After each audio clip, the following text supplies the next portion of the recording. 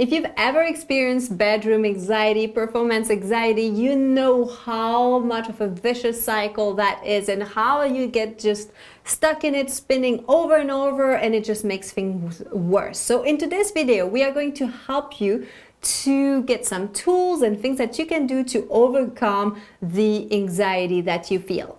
I am Céline Remy, the Intimacy Angel. And I'm Kevin Anthony, the Truth Warrior. And if you've ever experienced anxiety when it comes to anything in the bedroom, whether it's, do I look good? Do I smell good? Am I going to be able to last longer? All those things that a lot of us feel, then make sure that you like, share, and subscribe.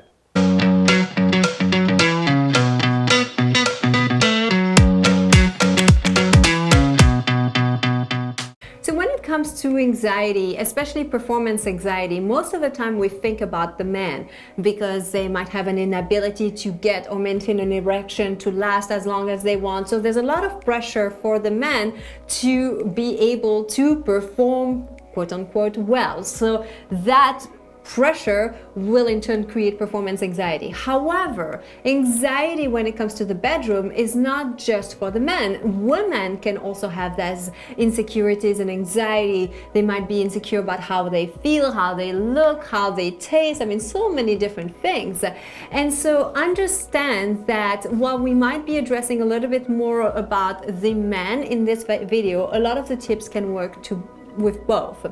The other thing too is that honestly, even if you're feeling a bit anxious in the bedroom as a woman, you could still have sex. While for a guy, it basically ruins it. Because if you can't use your penis, it has the potential to ruin it. Yeah. Absolutely. So number one thing is you got to understand the wisdom of your penis. I wanted to say that because I always say it. Well, what do you mean by that?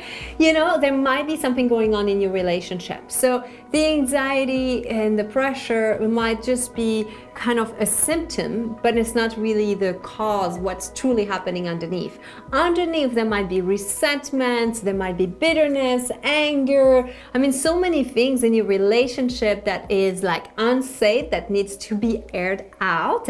And your penis knows that. And it's like, hey, I'm not showing up for that shit. So that's it. So unless you understand what is it trying to tell you, maybe you need to first uncover some of the real reasons why your penis is not showing up for you. Yeah, the body doesn't lie. The mind can convince you of all kinds of different things, but the body generally tells the truth. So you need to listen to it.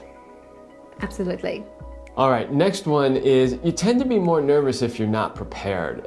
Think about this in any other aspect of your life. If you have a big meeting and you prepared for the meeting and you've got all the stats, you got everything set up, you go into it feeling pretty confident. But if you go in feeling like, I don't really know this subject, what if they ask me this question, you're gonna be a whole lot more nervous. It's true in any aspect of life. So how does that translate to the bedroom?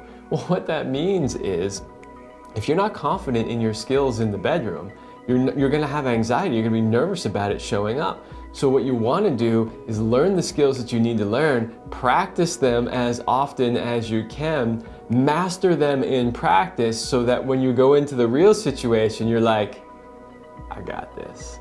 And it works both for men and women, because what if you're feeling insecure about your partner's anatomy, how it operates and stuff? So just get educated, take some classes, work with us, whatever, but like, come to a place where you feel comfortable with the other person's anatomy, but also with your own anatomy, because then you can also guide your partner if you understand and know yourself. So if you're noticing that your partner is feeling anxious or has some anxiety, then you can just be like, hey, let me show you what to do, or here's how it works, here's how to pleasure me, and that can also help.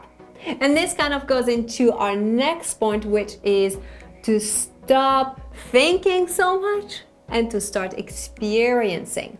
When you are feeling anxious, you are spending your time in your brain and you're worrying, and you're most likely worrying about the future because of the past, and you're not really in the present.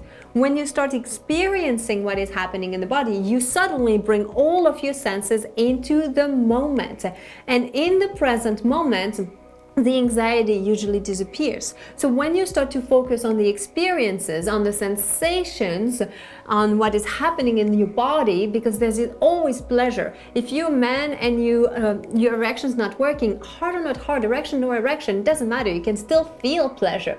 Feel that. Focus on the pleasure rather than the anxiety. Yeah, a lot of the anxiety comes from the what ifs. Yes. What if she doesn't? What if I do? What if I can't? Right? And that's all that stuff that's going on in the head.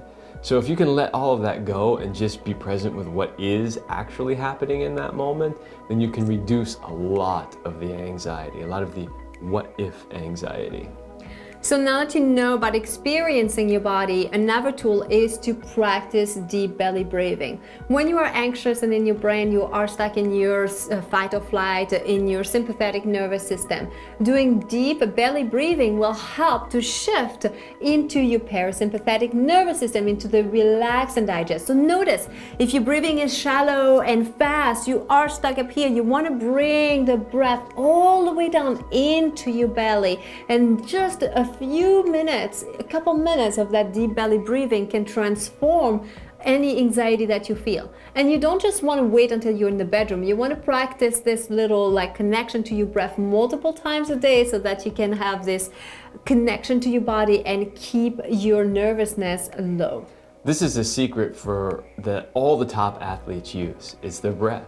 You will always see them before a big fight or before a big game, when they're back behind the scenes. What are they doing? They're breathing. They're over there going,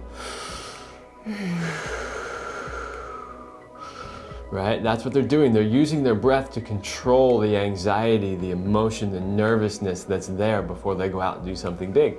So if it works for them, it'll work for you as well. So make sure that you use your breath.